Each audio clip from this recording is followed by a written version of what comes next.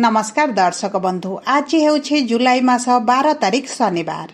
आज दिन जाकर टॉप 20 गुरुत्वपूर्ण मुख्य खबर उपरे आसंतु नजर पकाइबा। वीडियोटी को शेष पर्यंत देखंतु। किछि समय मध्यरे जानि परिबे आज दिनर संपूर्ण खबर। ता पूर्वरु नुआ थिले चैनल टी को सब्सक्राइब करी पाखरे थिबा बेल आइकन को ऑन करी रखंतु। एमिति प्रतिदिनर लेटेस्ट न्यूज सर्वप्रथमे देखिबा पई।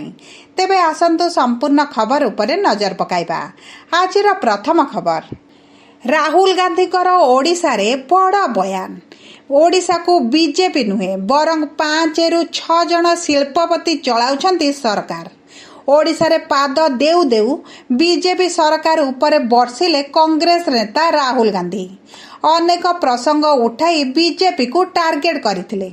आउ सबुठारु बड़ प्रसंग थिला पूरी रथ यात्रा अघटन, जहाँ एबे भी राजनैतिक महल रे चर्चार विषय पलटिछि।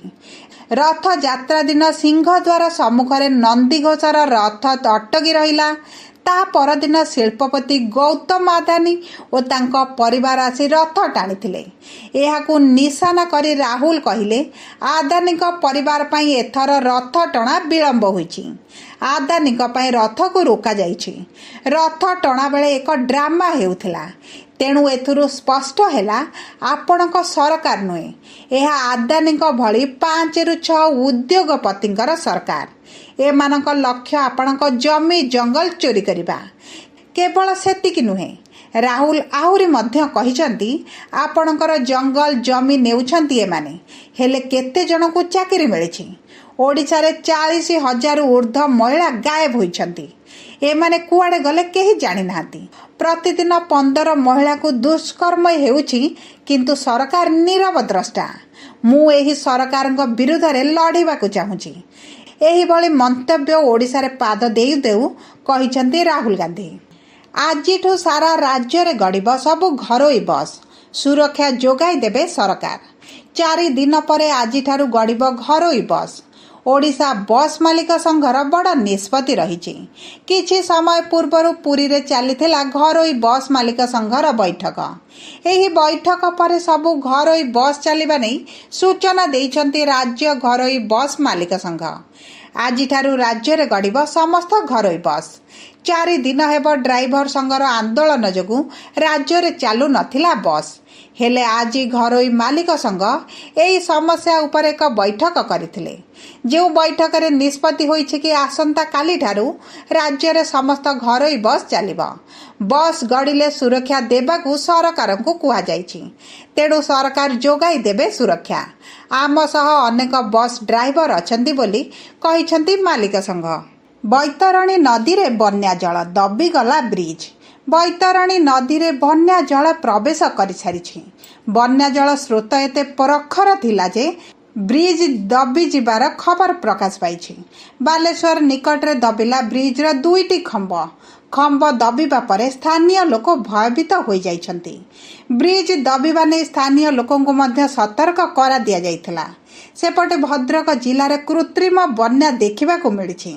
पाखापाखि 30 रु अधिक घर जलबंदी होइथिबा बेले 2टी घरर कांथ भुसुडी जाइछि।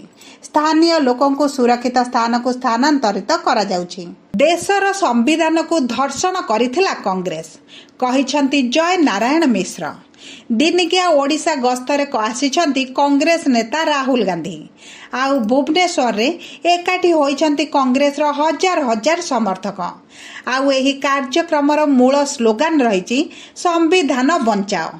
तेणु बीजेपी सरकार विभिन्न प्रकार प्रसंग उठाई घेरिछंती कांग्रेस युवराज राहुल गांधी को। आउ सेपटे राहुल को भाषण को नहीं राहुल को कड़ा जवाब देइछंती बीजेपी नेता जय नारायण मिश्र।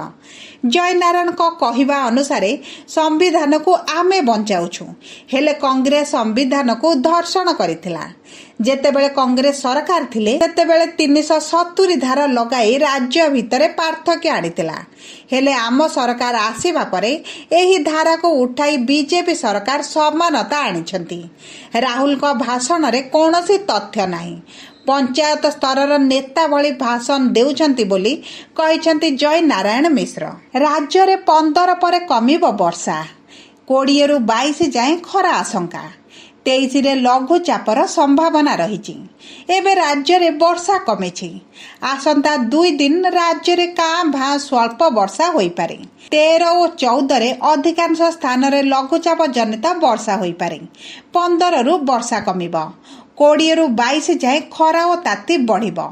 23 ଉତ୍ତର ପଶ୍ଚିମ ବଙ୍ଗୋପସାଗରରେ ଏକ ଲଘୁଚାପ ହୋଇପାରେ। ବରିଷ୍ଠ ପାଣିପାଗ ବିଶେଷଜ୍ଞ ପ୍ରଫେସର ସୁରେନ୍ଦ୍ରନାଥ ପଶୁପାଳକ ଏହି ପୂର୍ବାନୁମାନ କରିଛନ୍ତି। ପ୍ରଫେସର ପଶୁପାଳକ କହିଛନ୍ତି 22 ତାରିଖ ଯାଏଁ ବଜ୍ରପାତର ଆଶଙ୍କା ରହିଛି। 22 ତାରିଖ ଯାଏଁ ବାଲେଶ୍ୱର, କେନ୍ଦୁଝର, ସୁନ୍ଦରଗଡ଼, ଝାରସୁଗୁଡ଼ା, ବଲାଙ୍ଗୀର, ନୂଆପଡ଼ା ଓ କଳାହାଣ୍ଡିରେ ଚାଷ ପାଇଁ ପର୍ଯ୍ୟାପ୍ତ ବର୍ଷା ହେବ। ଦକ୍ଷିଣ ଉପକୂଳରେ ବର୍ଷା ନିଅଣ୍ଟିଆ ରହିପାରେ ବୋଲି ସେ କହିଛନ୍ତି।